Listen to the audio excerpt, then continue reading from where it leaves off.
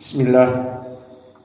Alhamdulillah wassalatu wassalamu ala Rasulillah wa ala alihi wa sahbihi wa man walah.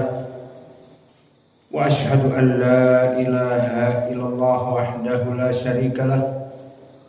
Wa ashhadu anna Muhammadan abduhu wa rasuluh. Amma ba'du. Alhamdulillah, pada kesempatan hari ini, hari Ahad, hari terakhir di bulan Agustus, yang merupakan malam ke-6 dari bulan Rabiul Awal 1447 Hijriah. Kita lanjutkan kajian nasihat ataupun ceramah yang kami berikan untuk umumnya para penuntut ilmu yang hadir bersama kami ataupun di luar sana dari streaming, ataupun yang kami khususkan kepada mereka yang mendapatkan beasiswa dan akan menuntut ilmu ke Yaman. Maka kita memberikan nasihat tentang adab penuntut ilmu. Maka kami tidak menginginkan mengirim santri di sini ke luar negeri hanya untuk membuat malu saja.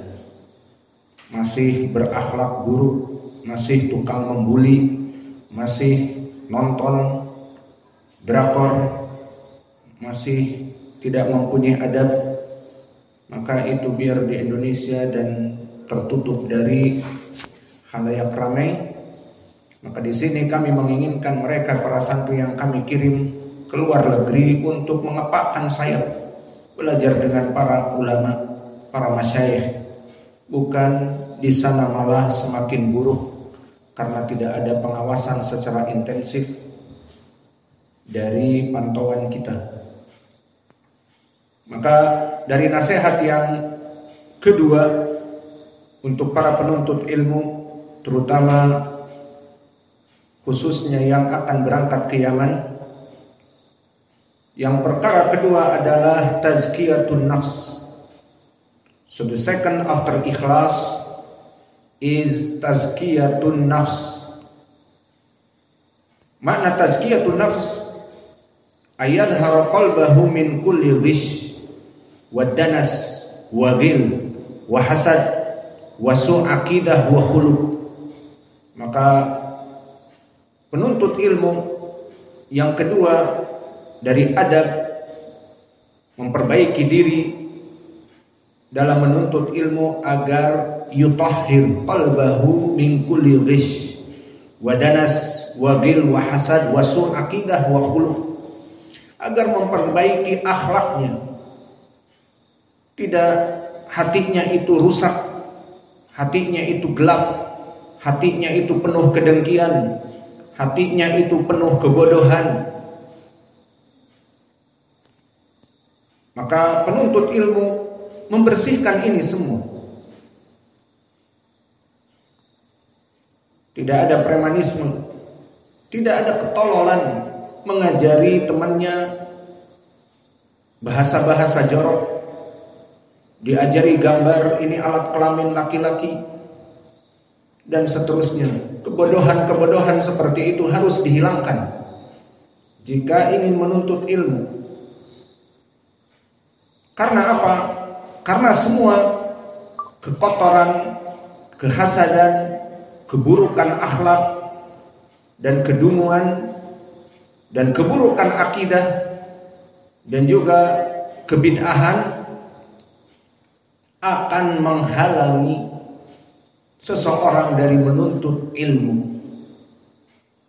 Maka dengan mensucikan diri dari akhlak yang buruk, dari hasad, iri, dengki, dari keburukan akidah dan keburukan kebid'ahan, maka hati ini menjadi suci dan memahami ilmu yang benar. Maka oleh sebab itu datang di dalam hadis,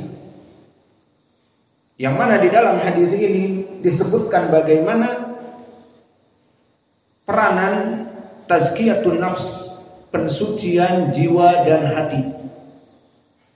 Bahwa ini adalah perkara yang penting karena segala sesuatu kembali kepada hati tersebut, seperti hadis dari Nu'man ibn Bashir yang ma'ruf muttafaqun alaih, wa inna fil jasadi mudghah idza salahat salahal jasadu kulluh wa idza fasadat fasadal jasadu kulluh ala wahiyal qalb. Maka pada diri manusia itu ada organ tubuh yang mana dia itu jika baik disucikan dan menjadi baik hatinya, menjadi baik akhlaknya, menjadi baik akidahnya, terjauh dari kedunguan, ketololan, kebodohan, dan juga terjauh dari akhlak-akhlak premanisme, hasad, iri, dengki, menjelekkan santri yang lain, merasa dirinya siapa. Maka orang-orang yang seperti ini rusak hatinya, rusak segalanya. Belajar pun bertahun-tahun dungu, bodoh. Kenapa? Karena hatinya tidak bisa menerima. Orang tuanya di sana menunggu, anaknya dipikirnya menjadi baik, anaknya dipikirnya menjadi orang yang akan bermanfaat di masa depannya, dan akan mengangkat keluarganya mempunyai seorang yang alim. Tapi semua dikecewakan dengan akhlak yang buruk, dengan premanisme, dengan membuli kepada santri-santri yang baru, dan mengajari perkara-perkara yang jorok. Apa faedahnya? Maka di sini disebutkan di dalam hadis bahwa jika hati itu tidak diperbaiki, maka orang ini akan rusak selamanya. Sehingga barang siapa yang ingin menuntut ilmu sukses, maka saya nasihatkan di sini kepada siapapun agar mentazkiyatin nafs, mensucikan hati-hati kalian. Maka menuntut ilmu ini adalah pekerjaan yang sangat berat. Berbeda dengan kalian menuntut ilmu di dunia, SMA, SMP, SD, STM, kuliah, semuanya dengan mudah. Mempelajari apa yang dipelajari selesai, tidak diamalkan. Atau berapa orang dari jagoan di sekolahnya akhlaknya buruk, karena memang tidak ada hubungannya. Jagoan kelas playboy, jagoan kelas preman, jagoan kelas LGBT, dan seterusnya. Rusak akhlaknya dan sebagainya tidak berpengaruh. Namun di sini yang jadi masalah ilmu agama. Bagaimana seseorang akan menerima nur Al-Quran dan Sunnah, tapi dia akhlaknya buruk. Maka harus ditazkiyatin nafs. Seseorang yang ingin menuntut ilmu, maka dia harus mentazkiyatin nafs. Seperti tidak bisa diterima sholat jika jawarehnya tidak disucikan dengan wudu, dengan mandi janabah. Maka seperti di dalam hadis yang diriwayatkan oleh Imam Al-Bukhari, innallaha la yaqbalu sholata ahadikum idza ahdatsa hatta yatawaddaa. Bahwa Allah tidak menerima salat seseorang, salat ibadah yang agung, namun tidak diterima. Kenapa? Karena tidak mensucikan dirinya dari najas. Maka dikatakan di riwayat, qala rajulun min Hadramaut mal hadath ya Abu Hurairah. Abu Hurairah perawi hadis ini ditanya oleh orang Hadramaut, ma makna al-hadath? Qala fusaun aw durab. Maka dia itu adalah mengeluarkan angin yang berbunyi ataupun yang tidak berbunyi. Yang berbunyi dinamakan durab, yang tidak berbunyi dinamakan fusa. Maka ini contoh. Seseorang mengeluarkan angin atau BAB atau BAK, maka dia mempunyai hadas yang kecil. Dan seseorang berhubungan intim koitus dengan istrinya, maka di sini dia mempunyai najasah al-mughalladah. Semua di dalam Islam, di syariat Islam ini tidak diterima sholatnya kecuali mengangkat najasah tersebut. Maka begitupun para ulama mengatakan seseorang yang hatinya sakit dengan adab-adab yang buruk, dengan akhlak yang tunasusila, dengan kebodohan, kegoblokan, ketololan yang ada, maka dia menuntut ilmu, menghafal Al-Quran dan Sunnah. Bisa jadi dengan susah dia terbata-bata, kemudian jadi lancar di mulutnya. Namun Allah tidak memberkahi, karena seperti sholat tadi, sholatnya tidak diterima karena tidak mengangkat dari najasah al-mukhaffafah dan al-mughalladah.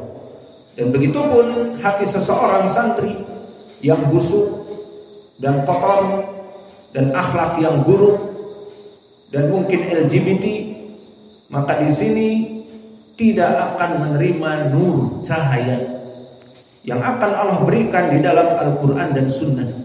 Bisa jadi dia hafal Quran, bisa jadi dia hafal hadis, namun dia tidak diberkahi dari ilmunya, dan bisa jadi dengan syahadah-syahadah yang ada pada dia dari kecerdasannya, dia menjabat sesuatu yang tinggi. Dan begitu pun jika kita rujuk kepada para mubtadi', gembong-gembong ahlul bid'ah yang ada, seperti misalnya yang telah kita ketahui kelompok Al-Jahmiyah, kembali kepada Jahm ibnu Safwan. Jika dilihat bagaimana orang ini dari segi keilmuan, maka dia ahli lughah, ahli kalam, ahli jidal, dan semua ilmu dia mempunyai kecuali ilmu hadis. Dan begitupun kelompok Al-Mu'tazilah. Siapa gembongnya? Wasil ibnu Atha, tilmid dari Hasan al-Basri yang paling cerdas. Kenapa jadi gembong kebid'ahan Wasil ibnu Atha menjadi gembong kelompok Mu'tazilah, dan Jahm ibnu Safwan menjadi kelompok gembong Jahmiyah? Dan juga antum kenal seorang tabi'i dari murid Aisyah, siapa yang menjadi gembong Khawarij? Imran ibnu Hattan. Maka dia siapa? Ahlul hadis, muridnya Aisyah, namun menjadi mubtadi', menjadi gembong Khawarij yang membunuh, yang seperti sekarang orang-orang yang merongrong dari pemerintahan ingin membunuh Ali. Dan di saat Ali dibunuh, dia pun membuat syair memuji pembunuh Ali. Siapa pembunuh Ali? Abdurrahman ibnu Muljam. Bukannya bersedih seperti seluruh ahli sunnah bersedih dengan meninggalnya Ali yang dibunuh oleh Khawarij, maka Imran ibnu Hattan malah membuat syair memuji pembunuh Ali. Dia katakan, ya warbatan min taqiyin ma arada biha illa liyablugha min dzil arsy ridwana. Yang maknanya, tikaman engkau wahai Abdurrahman ibnu Muljim kepada Ali tidaklah menginginkan tikaman itu kecuali keridhaan dari Allah yang memiliki arsy. Kif tikaman pembunuhan adalah mencari keridhaan, maka rusak akidah dari Imran ibnu Hattan. Dari tiga contoh ini, siapa Imran ibnu Hattan? Ahlul hadis, imamnya ahlul hadis pada zamannya. Yang kedua, Al-Jahmiyah, Jahm ibnu Safwan. Siapa? Alim ulama di zamannya. Ketiga, Wasil ibnu Atha, muridnya Al-Hasan al-Basri, yang paling berilmu, kemudian menyempal dari Hasan al-Basri dan menyebarkan pemikiran Mu'tazilah, pemikiran bid'ah. Tiga gembong bid'ah ini hanya misal. Mereka dari segi ilmu number one, hafal Quran, hafal hadis. Dan tadi Imran ibn Hattan muridnya Aisyah. Namun tidak bermanfaat ilmunya, menjadi mubtadi'. Maka kenapa? Karena hatinya rusak, akhlaknya buruk, kedunguan, kebodohan, ketololan yang ada di hatinya tidak dibersihkan. Sehingga dia number one dari segi hafalan Quran bisa jadi, number one dari hafalan hadis bisa jadi. Namun kerusakan yang ada di hatinya tidak disucikan, maka tidak diterima seperti sholat dari badan yang kotor, bernajas, mukhafafah dan mughalladhah. Maka oleh sebab itu tadi di Nu'man ibn Bashir disebutkan inna fil jasadi mudghah. Maka ada organ tubuh di dalam badan ini bernama hati.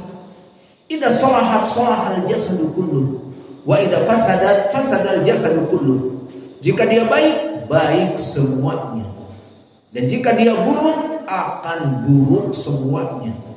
Maka mereka bertiga yang kami misalkan alim ulama di zamannya, namun buruk hatinya, gelap dengan kedunguan yang tidak terobati, akhirnya menjadi kelompok ahlul bid'ah. Quran yang dia miliki malah dijadikan syubhat. Nih dalil di Quran tentang bid'ahku, nih pendapatku, dalilnya di Al-Quran. Maka menjadikan Al-Quran sebagai pembenaran bagi kebid'ahan mereka. Maka inilah kepentingan dari kita ini harus mensucikan tazkiyatun nafs, jiwa kita, hati kita. Please dari sekarang jauhi premanisme. Please dari sekarang berpikir mana yang bermanfaat. Bukan setiap ada murid baru dibully, ada murid baru dibuat perkara, diajari omongan-omongan yang kotor, diajari menggambar alat-alat kelamin, diajari bahasa alat kelamin dan sebagainya. Apa faedahnya? Sadar sebelum terlambat. Bertahun-tahun di sini tidak ada faedah.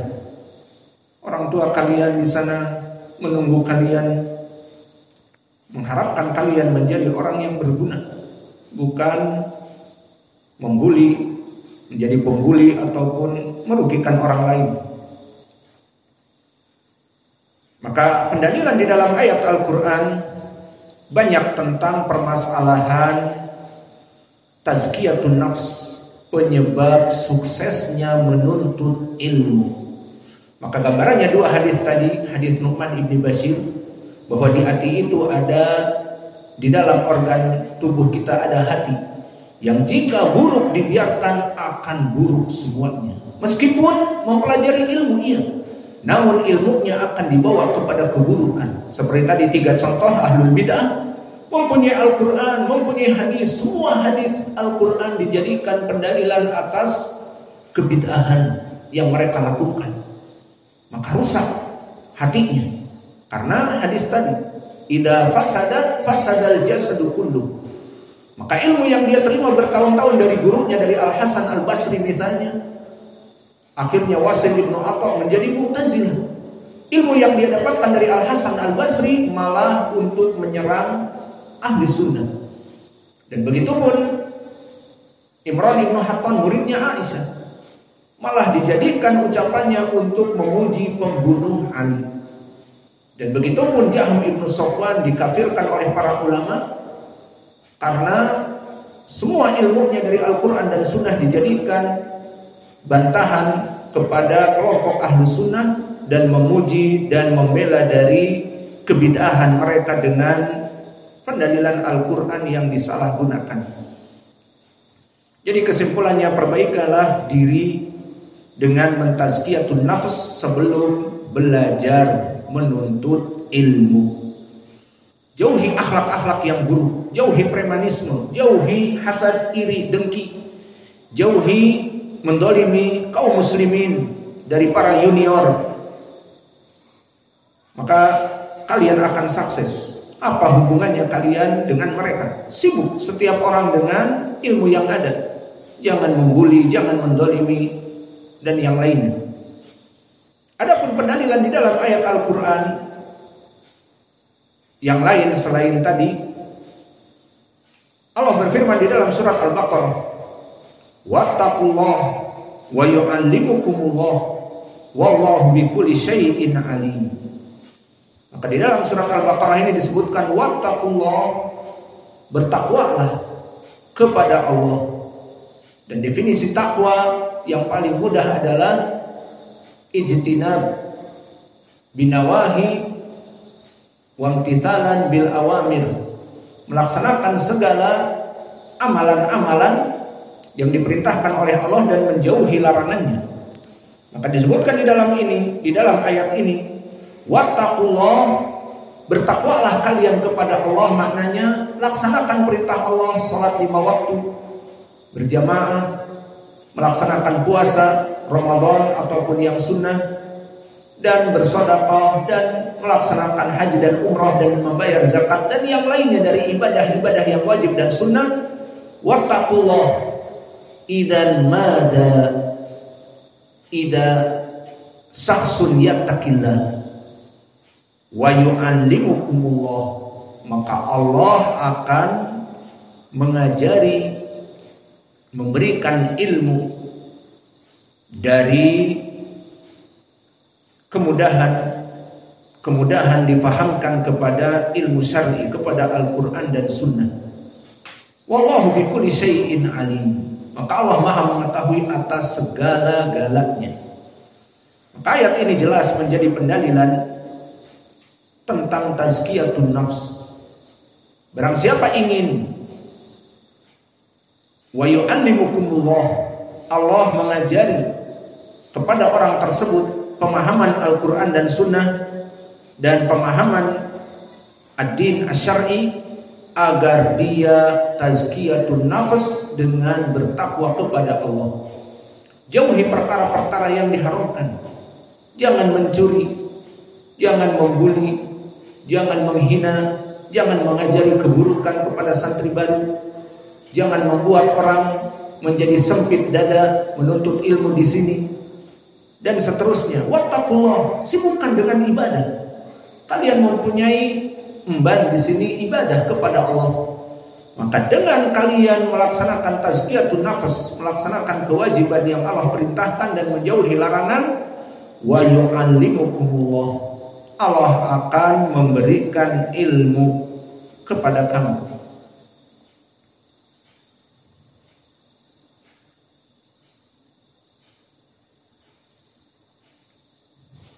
Adapun pemahaman yang diinginkan dengan wattaqullah, takwa kepada Allah di sini,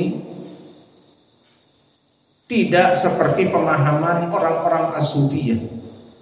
Maka kelompok as-sufiyah beristidlal dengan ayat ini, wattaqullah wa yu'allimukumullah.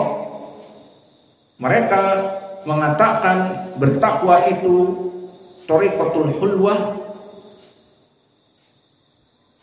seperti yang dilakukan oleh kelompok as-sufiyah. Maka mereka menginginkan takwa itu adalah dengan taklid buta kepada gurunya, melaksanakan amalan-amalan yang diberikan oleh gurunya tanpa harus menanyakan ini sanadnya sahih ataupun tidak. Kamu bertahlil 1000 kali, kamu membaca Al-Fatihah di malam demikian dan demikian 50 kali, 500 kali, dan seterusnya. Maka ini bukan yang diinginkan dengan ketakwaan ala mereka. Maka kelompok as-sufiyah beristidlal dengan hadis maudhu,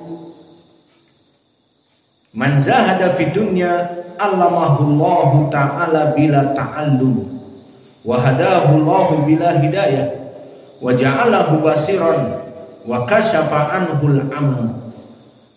Maka yang diinginkan oleh mereka tafsir ayat tadi, wattaqullah wa yu'allimukumullah, kata mereka adalah thariqatul khulwah, yang diajarkan oleh guru.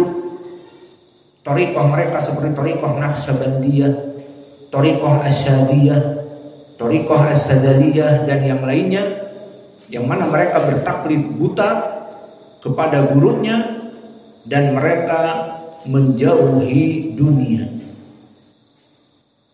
Maka thariqah ini yang diinginkan oleh orang-orang as-sufiyah beristidlal dengan ayat tadi dan hadis yang palsu. Hadis yang palsu yang berbunyi, man zahada fi dunya, barang siapa yang meninggalkan dunia, duduk di tempat yang sepi, berpikir, merenung, dan seterusnya. Maka ini yang diinginkan oleh mereka dengan az-zuhud fi dunya, menjauhi dari dunia. Maka apa? Allamahullahu bila ta'allum. Allah akan mengilhamkan ilmu tanpa kamu harus belajar, tanpa harus menuntut ilmu seperti antum duduk sekarang di sini, mempelajari Al-Qur'an, menghafal hadis, mempelajari Al-Qur'an, menghafalnya. Tidak butuh. Cukup menjauhi dunia, ngimpleng bahasa Jawanya, bertapa, bersemedi, menjauhi dari kerumunan manusia, merenung bagaimana kehidupan ini dan seterusnya. Maka Allah akan mengajari tanpa kamu butuh untuk menghafal dan belajar. Wahadahullah bila hidayah, dan Allah akan memberikan hidayah tanpa pemberian hidayah yang kamu harus mencarinya, datang sendiri. Wa ja'alahu basiran, dan Allah akan menjadikan kamu orang yang melihat, punya makrifat. Wa kasyafa anhul ama, dan Allah akan membuka dari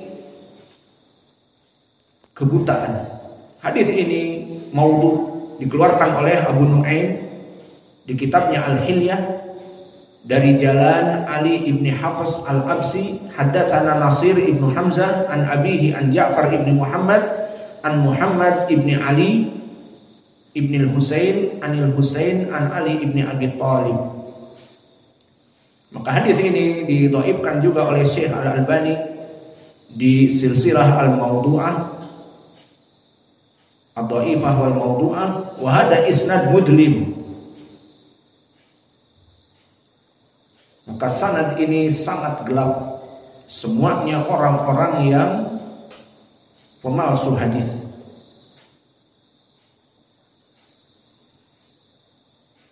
Maka cukup kembali kepada ayat tadi, wattaqullah wa yu'allimukumullah. Ini menjadi pendalilan tazkiyatun nafs. Barang siapa yang kalian ingin mendapatkan ilmu, maka perbaiki akhlak kalian. Bersihkan dari keburukan akhlak, bersihkan dari kedunguan, kebodohan, ketololan berpikir, maka kalian akan sukses. Hati kalian akan bersih. Dan pendalilan yang kedua di dalam ayat Al-Quran, ya ayyuhalladzina amanu in tattaqullaha yaj'al lakum furqanan. Maka wahai orang-orang yang beriman, in tattaqullah, jika kalian bertakwa kepada Allah, yaj'al lakum furqanan, Allah akan menjadikan kalian furqan. Berkata Imam At-Tabari, makna furqan fi kalamil Arab, masdar dari faraqta baina syai' wa syai'. Dinamakan furqan, maknanya kamu akan menjadi penjeda, memahami mana yang baik dan mana yang buruk. Maka telah datang tafsir dari Ibni Abbas, yang mana tafsir Ibni Abbas ini datang dari berbagai jalan. Pertama, berkata Ibnu Abbas, yaj'al lakum furqanan ay nasron, pertolongan. Dan datang juga dari jalan ma'ruf Muawiyah ibn Saleh an Ali ibn Abi Talha an Ibni Abbas,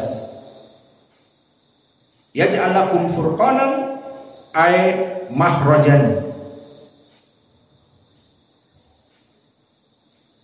Maka dari dua riwayat ini bisa jadi menjadi hasan li ghairi, maka maknanya adalah Allah akan menjadikan kamu dalam keadaan ditolong dan dimudahkan urusannya oleh Allah. Dan begitu pun datang dari jalan yang lain dari Urwah ibnu Zubair, yaj'alakum furqanan ay faslan bainal haq wal batil yadharullahu bihi haqqakum wa yudfi'u bihi batil man khalafakum.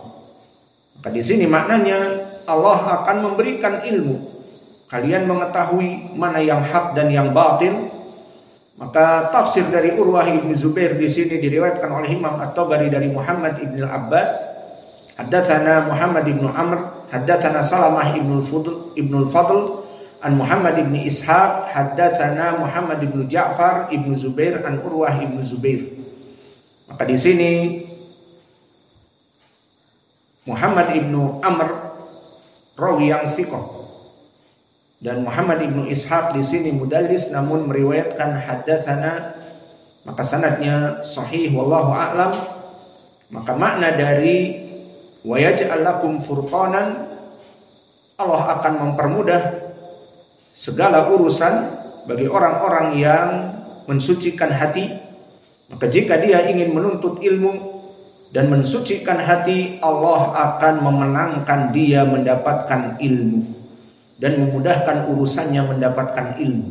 Dan tafsir dari Urwah ibn Zubair, faslan bainal haq wal batil, Allah akan mencerahkan kepada dia dari ilmu yang barakah, mengetahui mana yang hak dan mana yang batil. Maka ini ayat yang berikutnya. Dan begitupun ayat yang berikutnya, Allah berfirman, ya ayyuhalladzina amanu taqullah wa aminu bi rasulih yu'tikum kiflain min rahmatih wa yaj'al lakum nura tamshuna bihi. Maka di sini poin pendalilannya adalah, wahai orang yang beriman, bertakwalah kepada Allah, sucikanlah hati-hati kalian dan beriman kepada utusan Allah. Allah akan memberikan kepada kalian dua keutamaan dari rahmatnya, dan Allah menjadikan kalian bagaikan orang yang diberikan cahaya dan kamu berjalan dengan cahaya itu. Ini maknanya orang yang bertakwa akan diberikan cahaya untuk berjalan di muka bumi dengan benar. Maka maknanya cahaya ilmu hidayah didapatkan dikarenakan ketakwaan. Di dalam surat Al-Hadid bisa antum lihat ayat ke-29. Maka maknanya hada yutabassaru bihi minal ama wal jahalah. Dari ayat ini orang-orang yang mensucikan hati, wa yaj'al lakum nuran tamshuna bihi, Allah akan menjadikan dia cahaya dengan ilmunya. Maksudnya orang yang mensucikan hati, menuntut ilmu, Allah berikan ilmu yang bermanfaat baginya untuk berjalan di muka bumi ini dengan mengikuti hidayah Allah yang benar. Maka menuntut ilmu itu tidak sembarangan. Seperti pelajaran-pelajaran yang lalu, berkata Abdullah bin Mubarak dan yang lainnya, kami bertahun-tahun menuntut ilmu itu mempelajari adab dahulu baru menuntut ilmu. Di zaman now tidak. Anaknya buruk akhlak di rumahnya, makanya pusing bapaknya, anak di rumah ini nakal. Dimasukkan ke pondok-pondok, mesti pondok lain mengusirnya. Nelpon kepada bapaknya, ini anak susah diatur, gak bisa kita menerima. Akhirnya dimasukkan ke pondok seperti itu. Maka akhirnya bukannya diperbaiki dulu seharusnya seperti para salaf. Belajar adab dulu, baru menuntut ilmu. Namun kebanyakan di zaman now tidak memahami itu, akhirnya instan. Anak-anaknya yang rusak anak-anaknya yang penuh kebodohan, kedunguan dari perkara-perkara jahiliyah langsung dimasukkan pondok. Akhirnya bukannya dia yang diperbaiki, malah mengajak teman-teman yang di pondok bertahun-tahun jadi rusak seperti dia. Membuli, premanisme, mengajari perkara-perkara yang bodoh, diajari ini alat kelamin laki-laki, ini demikian, ini demikian. Allahul musta'an. Maka salaf dulu bertahun-tahun kami menuntut adab, mempelajari adab dulu, sehingga setelah itu menuntut ilmu, Allah berikan kemudahan di hatinya memahami agama. Adapun jika seseorang yang rusak akhlaknya kemudian langsung dipindahkan aja lah, tidak lulus terus sekolahnya karena memang nakal dan sifatnya buruk, akhirnya tidak naik kelas terus, ya sudah dipondokkan saja. Jadi pondok pesantren dipikir oleh mereka adalah pelarian dari sekolah, atau bahkan tempat barak yang akan mengubah kehidupan dia menjadi dari bengal menjadi tidak bengal. Tidak. Menuntut ilmu butuh kepada tazkiyatun nafs. Maka orang-orang yang ingin sukses, dia akhlaknya buruk, perbaiki dulu. Dia mempunyai syubhat-syubhat, perbaiki dulu. Maka setelah nanti dia mendapatkan ilmu, maka dia akan menjadi baik keadaannya, karena hatinya telah dibersihkan. Maka telah datang tafsir juga dari Ibnu Abbas tentang ayat ini. Berkata Ibnu Abbas, "Wa yaj'alakum nuran tamshuna bihi." Berkata Ibnu Abbas, Al-Qur'an. Wa atba'uhum Nabi sallallahu alaihi wa ala alihi wasallam. Maknanya orang-orang yang bertakwa tadi dan mensucikan hatinya dijadikan oleh Allah, "Wa yaj'alakum nuran tamshuna bihi." Allah jadikan dia bercahaya dengan Al-Quran dan Sunnah, sehingga hidupnya di dunia dalam keadaan istiqomah dan lurus mengikuti hidayah Allah. Ini kata Ibnu Abbas. Maka ini menjadi pendalilan bagi kita bagaimana orang-orang yang ingin menuntut ilmu agar mensucikan dahulu dirinya dari akhlak-akhlak yang buruk. Maka asar Ibnu Abbas ini diriwayatkan oleh Imam At-Tabari dari berbagai jalan, semuanya bertumpu kepada Sufyan an Atha ibnu Sa'ib an Sa'id ibni Jubair an Ibni Abbas. Maka semua rijalnya thiqat. Sufyan di sini adalah As-Tsauri dan Sa'id ibnu Jubair ma'ruf imam muridnya Ibni Abbas. Tinggal Atha ibnu Sa'ib. Atha ibnu Sa'ib dia seorang yang mukhtalid, maknanya pikun. Maka dia tadinya imam, kemudian pikun, dan dalam keadaan pikun dibiarkan oleh keluarga untuk meriwayatkan hadis, sehingga tercampur hadis yang baik dengan hadis yang buruk. Maka seharusnya jika muhadis dalam keadaan pikun, hafalannya sudah rusak, itu anak-anaknya itu menghijabinya. Sudah tidak boleh kepada para penuntut ilmu hadis untuk mengambil dari bapakku, karena nanti akan tercampur riwayat bapaknya yang dulu 10 tahun yang lalu yang sangat top chair hafalannya dengan di hari terakhir yang sangat buruk hafalannya. Akhirnya hadis-hadis yang lalu 10 tahun yang lalu jadi rusak dengan hadis-hadisnya sekarang yang buruk.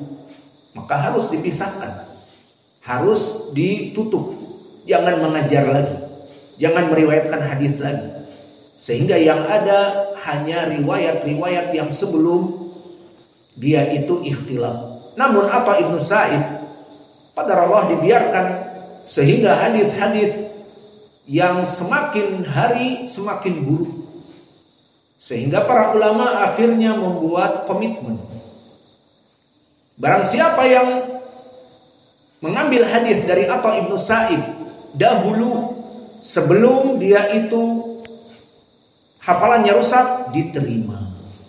Dan barang siapa yang menuntut ilmu setelah hafalannya rusak tidak diterima. Dan di sini lihat, disinilah praktek dari mentahqiq hadis.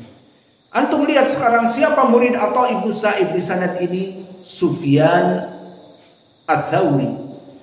Lalu lihat bagaimana Sufyan Ats-Tsauri, apakah meriwayatkan setelah dia pikun atau sebelum? Maka diketahui dari kutub para ulama, Sufyan Ats-Tsauri katabal hadis qabla al-ikhtilaf, bahwa Sufyan Ats-Tsauri menulis kitab dari Atha Ibnu Sa'id sebelum dia pikun. 5 tahun yang lalu, 10 tahun yang lalu, di saat dia masih jaya hafalannya bagaikan hafalan imam. Maka di sini hadis ini hukumnya apa? Sahih. Karena Atha Ibnu Sa'id meskipun dia mukhtalid, namun Sufyan Ats-Tsauri menulis dari dia hadis-hadis sebelum dia pikun. Wallahu a'lam. Maka inilah dari nasihat kami yang kedua, setelah ikhlas, agar para penuntut ilmu terutama yang mendapatkan beasiswa Qiyaman, please perbaiki akhlak kalian. Perbaiki akhlak sekarang, Hudzaifah. Yang akhlak-akhlak buruk dibuang, menjadi akhlak-akhlak yang baik.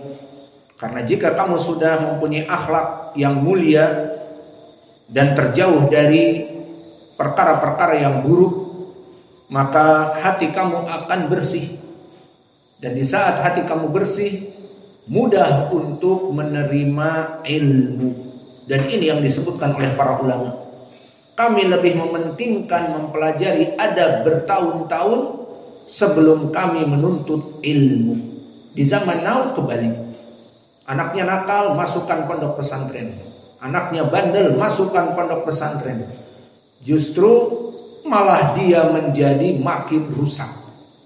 Justru dia bahkan merusak santri-santri yang ada. Santri-santri yang tidak kenal TikTok akhirnya ikut bergoyang-goyang live streaming TikTok di kamar. Karena ada yang masuk mengajari mereka berjoget-joget di TikTok misalnya. Atau yang tidak kenal drama Korea akhirnya tahu karena orang ini ngajak nonton bareng yang masuk ke pondok ini. Maka begitulah seharusnya orang-orang yang rusak diperbaiki dahulu, barulah mereka menuntut ilmu. Maka ini nasihat emas yang kedua, setelah ikhlas menuntut ilmu untuk siapa? Untuk Allah. Dan bagaimana menuntut ilmu yang ikhlas? Meminta kepada Allah agar dijadikan hati ini takut, dan meminta kepada Allah agar dengan menuntut ilmu itu ibadahnya alal basirah, menjadi benar ibadahnya mengikuti sunnah, dan menambah khasyah, menambah takut kepada Allah, seperti yang kita pelajari di pelajaran yang lalu. Dan yang kedua malam ini, perbaiki akhlak yang buruk menjadi akhlak yang mulia. Jadikan hati yang rusak dengan hati yang disembuhkan.